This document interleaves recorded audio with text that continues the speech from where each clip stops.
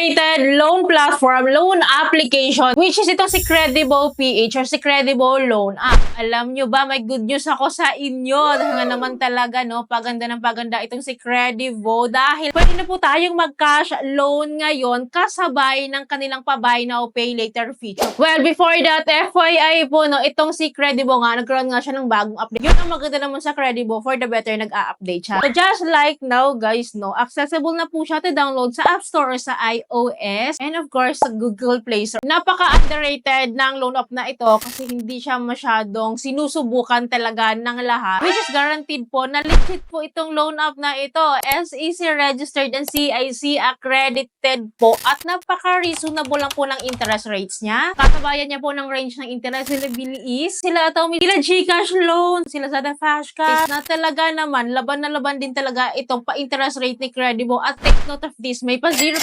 interest rates pa siya sa mga gumagamit ng QRPH code. Guys, don't worry. Lahat ng detalye kay Credible, i-share ko sa inyo. Mapa-buy now, pay later feature. Tinry ko yan. At mapa-cash loan nila, which is ang ganda. Kasi hindi na po siya nagre-require ng minimum amount to cash loan. Before kasi guys, madaming hindi nakakapag-cash loan kay Credible. Meron siyang nire-require ng at least 2,000 minimum amount. Which is, FYI, si Credible po, hindi po full offer po yung pwede nating i-cash loan dito. For example, kapag may offer po tayo na 5,000 pesos, yung half po ng offer is pwede natin i-cash loan and then the other half po is pwede natin gamitin as payment method. So, hindi po talaga siya purely cash loan lahat. Pero guys, grabe naman din. Is talaga namang guaranteed na magagamit talaga natin. Maaasahan talaga siya. So, para nga makapag-cash loan tayo, kailangan talaga natin mag-apply. But anyways, don't worry guys, hindi naman siya nagre-require ng ating income proof or any payslip po. So, we need to fill up lang po the information that they need po. So, kapag na-download po natin yung app, pag open natin, i-click lang po natin tong apply now sa pinaka-dashboard. Anyways guys, no, beware with me kasi ayaw po magpa-screenshot or magpa-screen record po ni Credible. Kaya pinicturean ko na lang po yung phone ko. Para kahit pa paano na-visualize pa rin natin yung application, ano? Well, after that, no, meron na naman siyang data permission pero limited lang naman. Hindi siya masyadong ma-retest na we need to agree. And then after that, personal information na po agad. And then sa baba po niyan is the emergency contact po. Isa lang naman po yung hinihingi nilang contact reference po. And then that is followed by the job information. Dito po sa job information, guys, tumatanggap po sila ng kahit unemployed. Dahil yun din yung application ko. Pero of course, no, taasan nyo na yung eligibility nyo. Mas advantage pa din kapag employed ka or self-employed ka or may profession ka talaga para mas mataas yung advantage mo na ma-approve dito. Well, after that, guys, is the verification na po ng ating ID at saka sa ating self-verification po. Well, anyways, ito nga po yung IDs na hinihingi nila. Napaka-limited lang. 4 lang talaga sila. National ID, e-fill ID, UMID, driver's license. Yan lang po talaga yung hinihingi nila. Anyways, no, kapag na-provide na po natin yan, of course, pipicture na po natin yung ating ID and that is followed by our facial recognition. Then after that, guys, no, our application is still being processed na. So, antay lang tayo ng saglit po at magno-notify naman po agad sa atin si Credible kung tayo po ay na-approve. Like this one, nakalagay, your account has been approved. Hindi ba po siya, guys, nagtatapos dito? Kasi here po, we need to click the activate now po para malaman natin yun talagang in-offer nila sa atin. And then here po, we need to set our 6-digit PIN, guys. Sundin lang natin yung instruction kasi napakahalaga po ng portion na ito kasi every transaction natin, guys, is kailangan nila ng PIN. And after that, no, babalik siya sa dashboard. We need to enter the mobile number and then the PIN na and then log in tayo and then doon na po natin makikita yung ating credit limit which is akin nga po, no, meron siyang in-offer na 3,500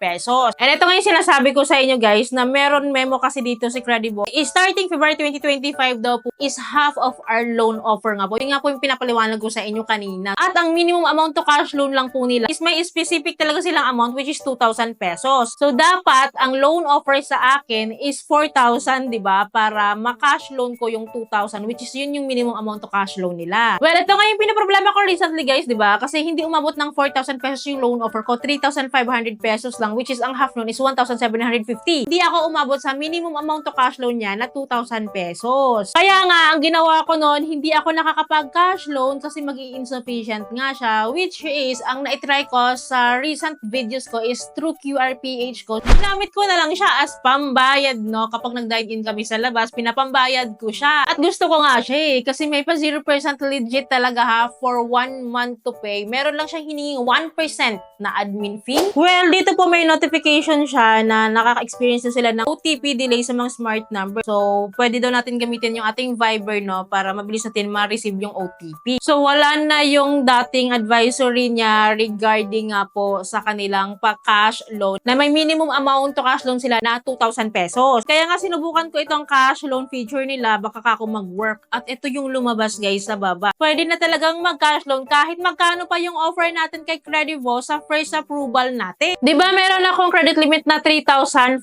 pesos. Ang kalahati po kasi noon is 1,750, diba? So ang pwede ko lang daw i-cash loan is yung half pa din, pero ayaw niya ata ng butal yung may 50 pesos. Kaya, ang pinaka-maximum to cash loan ko dito is 1,700. Ang pinaka-minimum po is 1,500 pesos. Well, sinagad ko siya ng 1,700 pesos na i-cash loan. And guys, yung loan tenure niya dito, meron akong babayaran na 666.22 for 3 months to pay. Saan ka pa? 3 months akong magbabayad. Okay na din siya, diba? Lumalabas po na 5.85 or 86% po yung interest rate niya per month yon. Guys, okay na ako talaga doon. Napaka-reasonable na noon compared naman sa pa 7 days to pay ng iba. Well, ito nga, nag-decide ako na i-cash loan talaga siya kasi first time kong makapag-cash loan kay Credivo. So, dito sa baba guys, pipili tayo ng destination bank. So, here guys, nandito po sila GCash. Mga e-wallet po na pwede po natin i-send dito. And of course, nandito rin yung mga bank. So, ako naman si GCash yung pinili ko. Meron silang nakanote dito sa taas na dapat daw yung bank account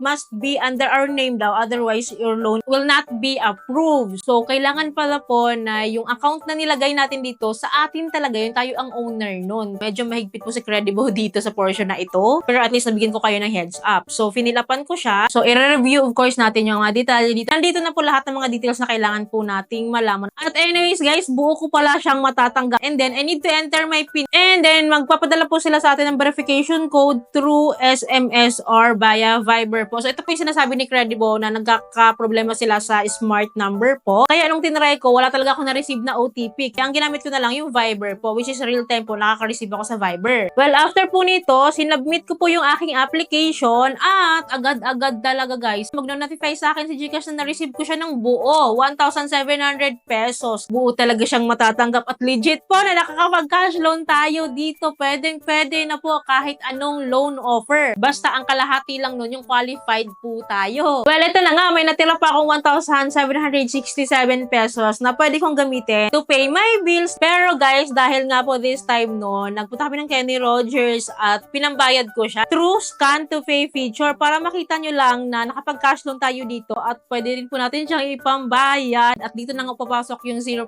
interest rate niya for 1 month. Well, in-scan ko po yung QRPH code po ni Kenny Rogers and then dito po no, sa amount na in-avail ko, 1 month to pay lang po yung eligible to pay ako. Well, anyways, ito na yung sinasabi ko sa inyo na 0 po yung interest amount natin and then yung hinihingi niya lang is yung admin fee na 1%. Nag-pay po ako and then mag-i-enter po tayo ng PIN ulit dito. And then agad-agad, nakapagbayad na ako. Ganun lang siya kadali. Nag-email na rin sa akin si Credivo na successful nga daw po yung aking payment. Guys, ganun lang po siya kadali. I hope no, nasundan nyo yung buong proseso mula application up to the cash loan then up to here po sa scan to pay or pa buy now pay later po ni Credivo. Which is guys, ayaw ka pa ba? Pwede ka na mag-cash loan. Pwede mo pang gamitin as bills payment or as scan to pay feature po. Kaya kung may Credivo po kayo, please ingatan nyo kasi legit na legit po at pa-improve ng pa-improve po ang Credivo app po at hindi ko pa po alam ano pa po yung mai-offer nila sa atin. Well, so far hindi pa naman po ako nag-increase dito kay Credivo. I-update ko kayo, don't worry. Kaya dapat po nakasubscribe po kayo para lahat po ng videos ko hindi po kayo mahuhuli at updated po kayo. Thank you for watching. Bye!